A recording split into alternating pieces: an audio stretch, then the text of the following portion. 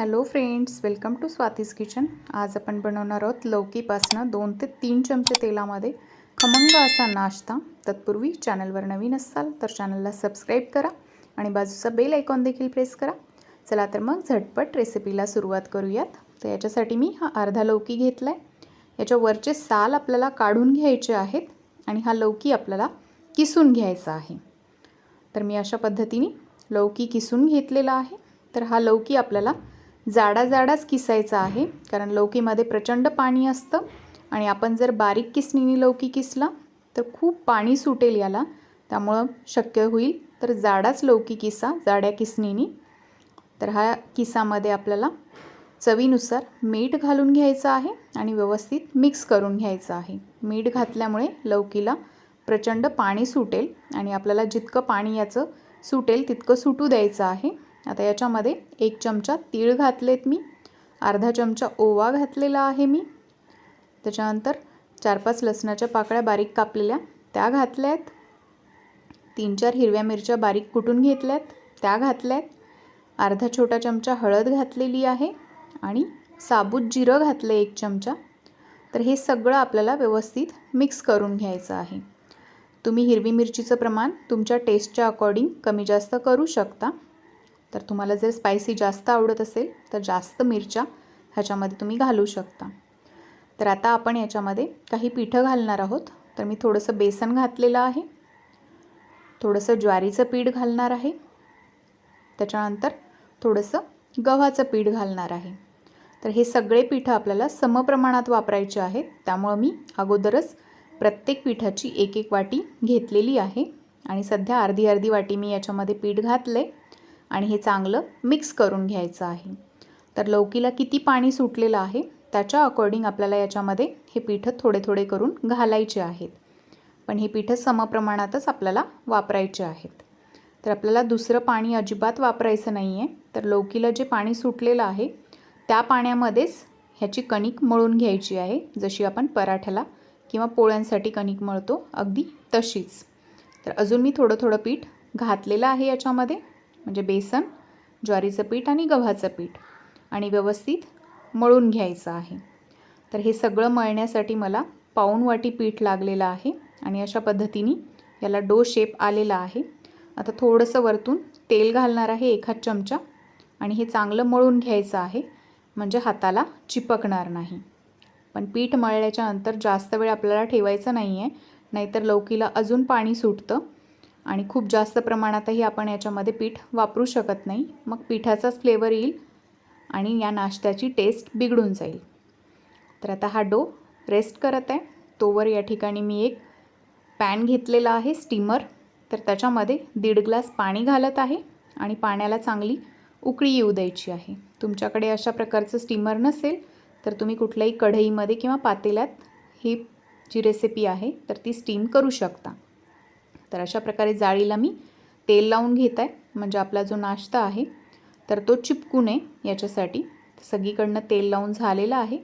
आता हे आपण साईडला ठेवूयात आणि आपण जो डो बनवलेला होता त्यातनं छोटासा गोळा मी तोडून घेणार आहे आणि त्याला टिक्कीचा शेप देणार आहे।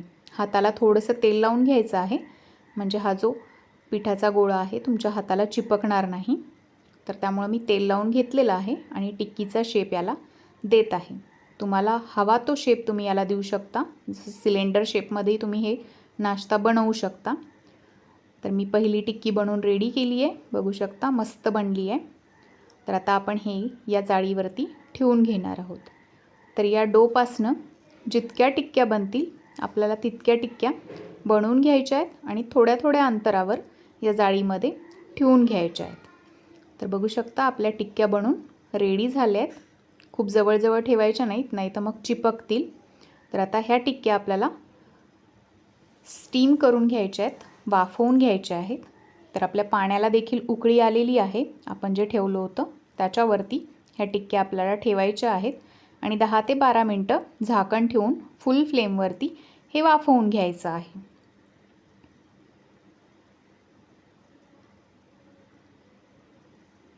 तर 12 मिनटानंतर मी झाकण काढत आहे, गॅस बंद करते आहे। आपल्या टिक्क्या मस्त वाफवून झालेल्या आहेत। लागलीच आपल्याला ह्या टिक्क्या साईडला काढून घ्यायच्या आहेत.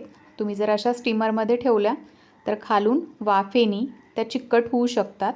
त्यामुळे आपण लगेच ह्या काढून घेणार आहोत आणि साईडला ठेवून घेणार आहोत. तर एक टिक्की मी तुम्हाला काढून दाखवते. अगदी मस्त बनली आहे. तुम्ही अशा देखील ह्या खाऊ शकता. तेल लावल्यामुळं चिपकल्या देखील नाहीत.